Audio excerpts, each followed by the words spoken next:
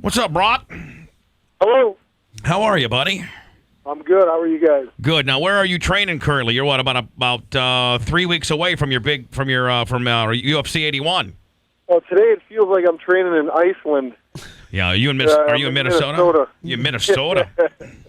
Minnesota. It's like 0 degrees here today. Yeah. You actually going outside and running and all that shit? No, we go inside. Yeah, at the end of the day, man, you could keep all your, cardio-wise, he didn't need to make weight because he's heavyweight, so he can do all of his cardio indoors. Yep. Yeah, I gotta drop a few pounds. The weight limit is 265, so What do you this weigh? morning I weighed about 275. Yeah, but that's So fight day, I gotta drop 10 pounds. that ain't no big deal, buddy. Take a shit. Now, Brock, you are an NCAA champion, and this now how much different is it, to make the transition over to UFC? And from some of the guys we've talked to within the business, they're like, you're actually doing really, really well. Well, I hope to think that I'm making this transition really well. I guess we'll soon find out come February 2nd. So just try to do the right things and try to, I got a great group of training partners. I got a lot of confidence in my trainers, and, so I've been doing this for training now for almost 2 years, so it's not like I just got out of pro wrestling and, hey, I'm going to jump in the octagon. No, is your technique, Brock, the first that you can get this guy down and use your ground and pound type skills? Obviously, NCAA champion, 2-time Big Ten champion. So forth and so on. I think 106-5 overall record in 4 years in college. But do you like if you don't you probably, and I don't know your technique, but probably keeping it off the feet and getting it on the ground as fast as you can is probably what you like doing. I don't have a problem. I'm going to test my hands too. For this fight, but obviously, I'm gonna stick with my strengths. Obviously, I'm not afraid to take this fight to the ground. I'm not scared of, Frank's jiu-jitsu. So obviously, I think Frank knows that he's not going to be able to take me down, and he's going to have to fight off of his back. Now, when it comes to the UFC signing certain fighters, some of these guys, it takes them a long, long time to get into the UFC, and you just sort of barreled your way in there. Do you think that was just based on your previous name recognition, or do you think it's actually because Dana said, you know what, here is a guy with so much skill that we want to get him as soon as we can? I don't know. I think, not kind of my name, and the visibility I have doesn't hurt at all either, But I think Dana took me seriously, after my first fight and knew that hey, let's face it, the heavyweight category for the UFC, there's not a superstar. Lackluster right now. There. Yeah, it's pretty lame-o. So I think Dana seen, let's give this guy a shot and see what he can do. No. We're not going to lose money on him because people are going to be interested anyway because of his name recognition ability that he already has. No, Brock, obviously I got like 4 topics to talk about. One of them's WWF. I'm good friends with Hogan and good friends with Kurt, and Brock's friends with Andrew Martin with Test. Oh yeah, and so we're kind of like, for lack of we kind of know a little bit about Brock. And from what I've been told, man, back in you had a 3-year run with Vince, but you were making like $5 million a year with a private plane to and from the venues, and like a lot of people scratch their head as to how you walked away from all that. Well, I didn't want to be a guinea pig anymore, Right. So I just wasn't made for the business, So some people are and some people aren't. I was tired of traveling to me it was like I was traveling with the circus, Right. Well, you are. When the show was over, they'd lead me on the train cart, and we'd ride the train to the next town, get off, perform, and get back on the train cart. Now, do you remember a particular moment where you just were like, okay, this is it, I've had it, I'm fed up, I'm done? Absolutely. It was. It wasn't just any one time. There was about a 3-month period where I was just didn't know when and where I was going to drop the bomb. I knew it was coming, but I think the last overseas flight we did to South Africa, and we almost died in Russia on the airplane, and And then after WrestleMania, when I almost broke my neck jumping off the rope, well, I hadn't performed this move for a year, and Johnny Laurinaitis thought it'd be one hell of an idea, and then JR thought, that'd be a WrestleMania moment, so, give her hell, kid. Hey, and before you break your neck, can you have a bottle of my barbecue sauce, too, and so everybody can fucking see? Yeah, and then, so, there was a lot of different moments, and I just realized, Anybody in particular? The money and the fame wasn't all that important to me. To me, at the end of the day, I wanted to be home with my daughter, and right, and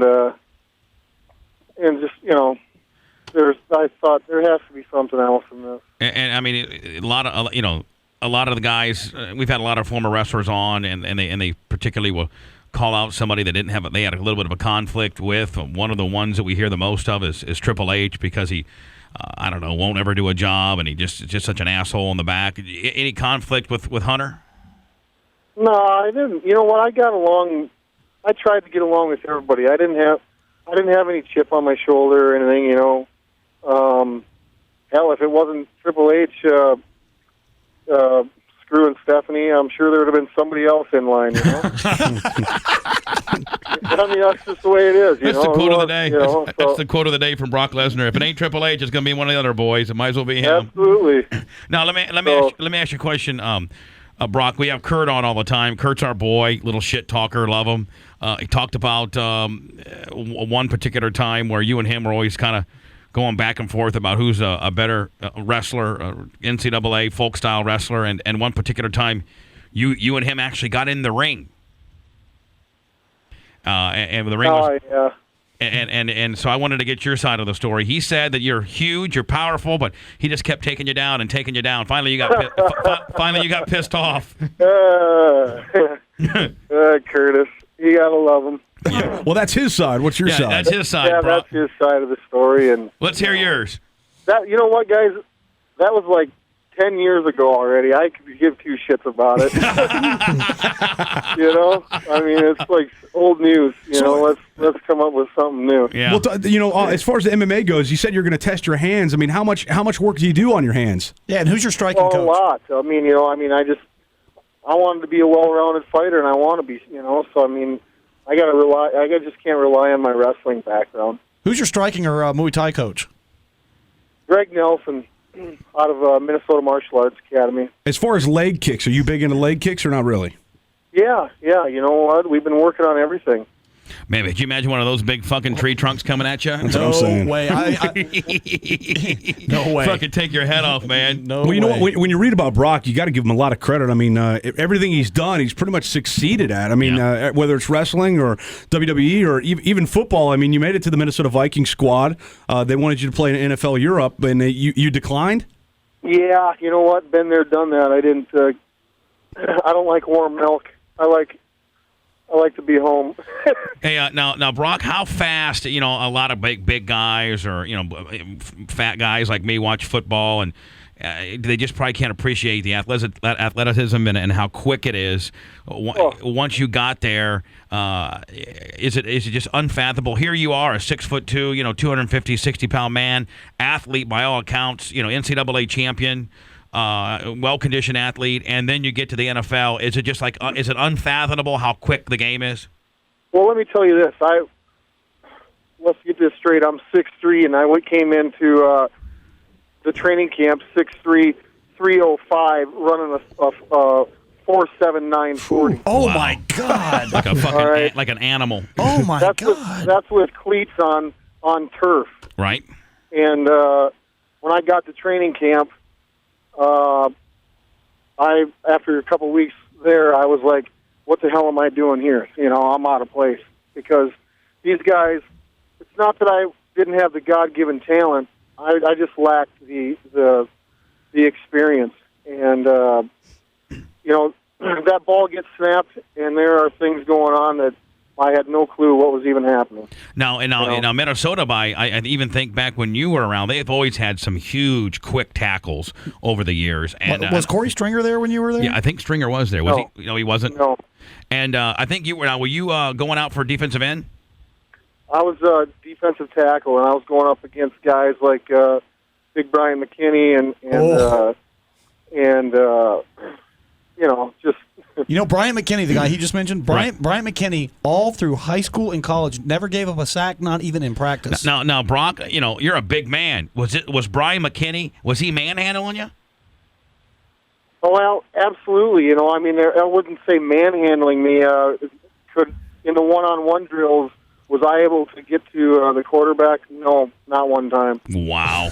Brian McKinney's tough. Oh, yeah, he's fucking a stud. I mean, it's a whole different level. When you got a guy like Brock Lesnar, NCAA champion, 6'3", 305, running a 4.740. Yeah, below 4.840, and he's saying, I was out of my element, man. Just goes to show you how athletic these guys are, man. Can you imagine how athletic, God bless him, like a Reggie White was or somebody like that? Can you imagine that, Brock? Well, here's the other thing too is I can't fathom that, and this kid that plays for the Vikes now, Kenichi Udeze, he came out of college, and was like 6'5", 6'6", 265, 270, and this kid is just a man beast, and the athlete that is being produced today that are coming out of high school and college. Back in my day, in 2000, I was the cream of the crop. Yeah. And now it's reached a whole nother level. I mean, I don't mean to be disrespectful, but 7 years has gone by since you came out, and you'd be somewhat undersized by today's standards. Absolutely. I mean, absolutely. That's the point I'm trying to make. I mean, you got some of these guys that are going 6'6", 340. Yeah, it's just where's it going to stop? I don't know. But it's kind of it's getting crazy. Well, my next question, I think you pretty much answered before. I wrote it down before you answered it, but I said, would you ever have any aspirations if the money was right to go back with Vince on a limited schedule? And I don't think you have any fucking clue to do that ever. Well, I don't have. Here's the thing. I don't need to go back to Vince. All right? The people that go back to Vince, they need to because they don't have any other options. Right. All right? Right now, I don't need to. I'm enjoying what I'm doing, and I'm making great money at it. Now, let's say that the MMA career, let's say maybe you don't win this fight or you don't win your next fight or whatever, or you get injured or something. What would be the next challenge for Brock Lesnar? Raising my daughter, exactly what I'm doing now.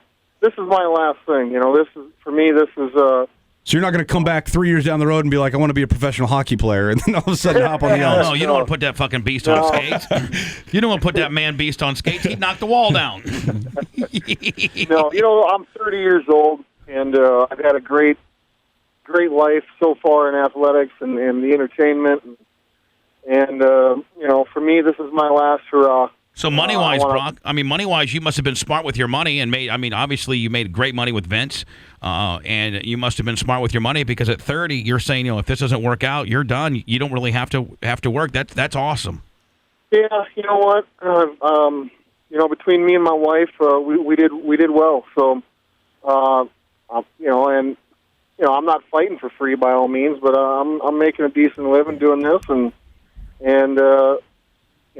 I'm gonna fight. I'm gonna fight as long as my body and everything falls into place. Now, the other hand of that, the other side of that, Spice Boys, is let's say he does do well, and he knocks fucking Mir out, and then he goes, man, it has he can make a lot of money. I mean, I'll bet you he beats. I bet you Brock Lesnar, and he doesn't have to comment. I'll bet you Brock Lesnar beats Frank Mir.